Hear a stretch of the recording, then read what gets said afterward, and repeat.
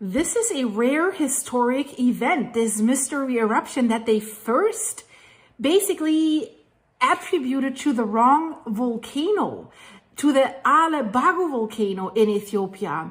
But the thing is, everyone was waiting for a large earthquake because for months, seismic swarms were shaking East Africa, especially around Ethiopia, where we now have that eruption. And many thought, okay, we will see a bigger earthquake, but instead the ground has opened up. And I can tell you, it's not the Alebagu volcano. It is something else.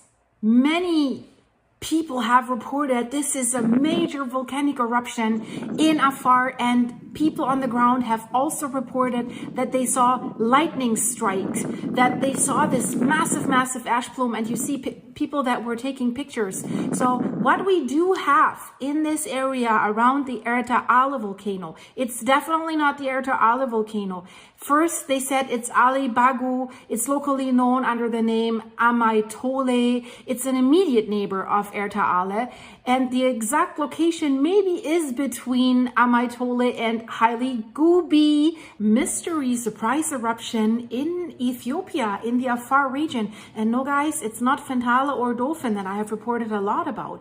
This time, they weren't really sure where it's coming from, which volcano, because this is not a very well surveilled area or anything, very remote, and it's close to the Erta Ale volcano, but it wasn't Erta Ale.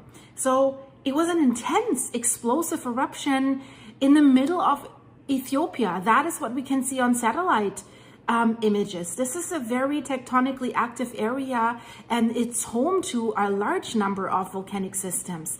And the satellite images in the beginning, they seem to indicate that the eruption took place in the area of the Haile Gubi volcano, a volcano that is quite, or let's say almost unknown, and it's a shield volcano, and it's located a little bit south of the Erta Ale volcano. That's why many people basically think this is Erta Ale.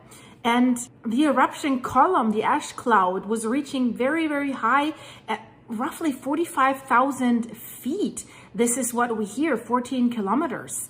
And the cloud of ash was carried by the wind into Yemen and to the south of Saudi Arabia. We have a few reports from the ground, but not many. So that seems to indicate a paroxystic eruption that was accompanied by strong floods and this significant ashfall. And unfortunately, that has involved some surrounding villages, but we don't know yet how much damage that has caused. The reason why everyone thought it's Alebagu volcano, which is the highest volcano in the Erta Ale range, and it is in the Afar Depression.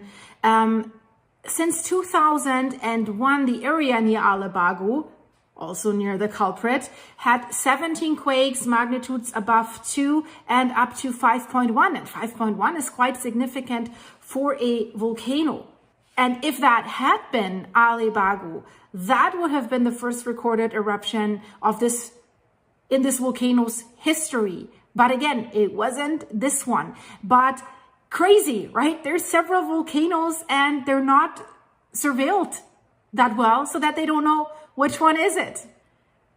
Because from the satellite images, I have to say it really looks like a paroxysmal eruption. This is a type of eruption that is way more powerful than the typical volcanic eruption. And you see how this shoot out there. It's a sudden, violent, explosive volcanic event that is characterized by vigorous activity like a strong lava fountaining, ash clouds, ballistic projectiles. We heard the reports of the lightning strikes. These eruptions, they can last from minutes to days, and they are the more intense form of normal volcanic activity, and they can have far-reaching impacts on the environment and on the atmosphere, posing risks to air traffic, of course, local populations. And we have to see if the local population has been impacted severely. So far, there are no reports about that. And for example, a good example of repeated paroxysmic eruptions is at Mount Etna. Mount Etna does this, for example. And overall, we do not know much about Haile Gubbi, about that volcano. It's basically part of this Afar triangle. That's a very important geological area in which we have 3 tectonic plates that are converging and separating. We have the Nubian plate, we have the Somali plate, and we have the erupt plate. And this is a movement that favored the birth of extensive volcanism that is basically mainly concentrated in the Erta Ale area. And that Erta Ale is one of the few volcanoes in the world that is actually hosting a lava lake inside of its craters. And Haile Gubbi, the story and its history is basically unknown. There is some evidence of activity in the Holocene that's within the last 12,000 years. That is based on morphology and casts that are covering the recent deposits. We see ancient lava flows there, but there are no precise estimates as to when the most recent eruption occurred.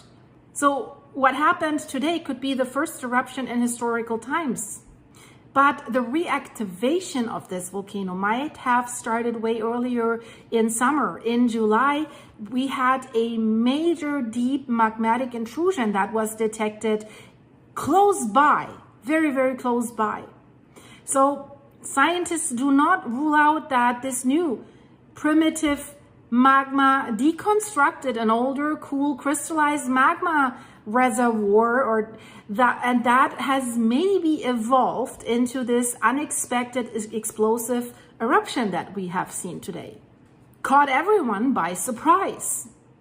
The Haile Gubbi volcano, guys, it's as I just said, it's a poorly studied shield volcano, and it's in the Danakil Depression. That's what this location is called. And it's actually one of the southernmost volcanoes of this volcanic chain that is making the Great African Rift.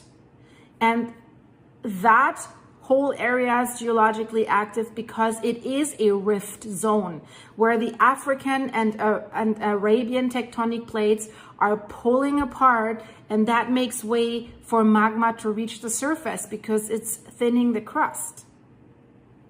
The lava flows the past lava flows that we see around this volcano, the ancient lava flows, it looks like it's sometime in the past 10,000 years. But it has definitely surprised us, and it'll be interesting to see whether it produces more. I will definitely stay on top of this for you guys. Please hype, like, and subscribe, and check out the videos in the end screen. Interesting stuff, guys, I promise. So please come over there so that I see you in a second. Bye-bye.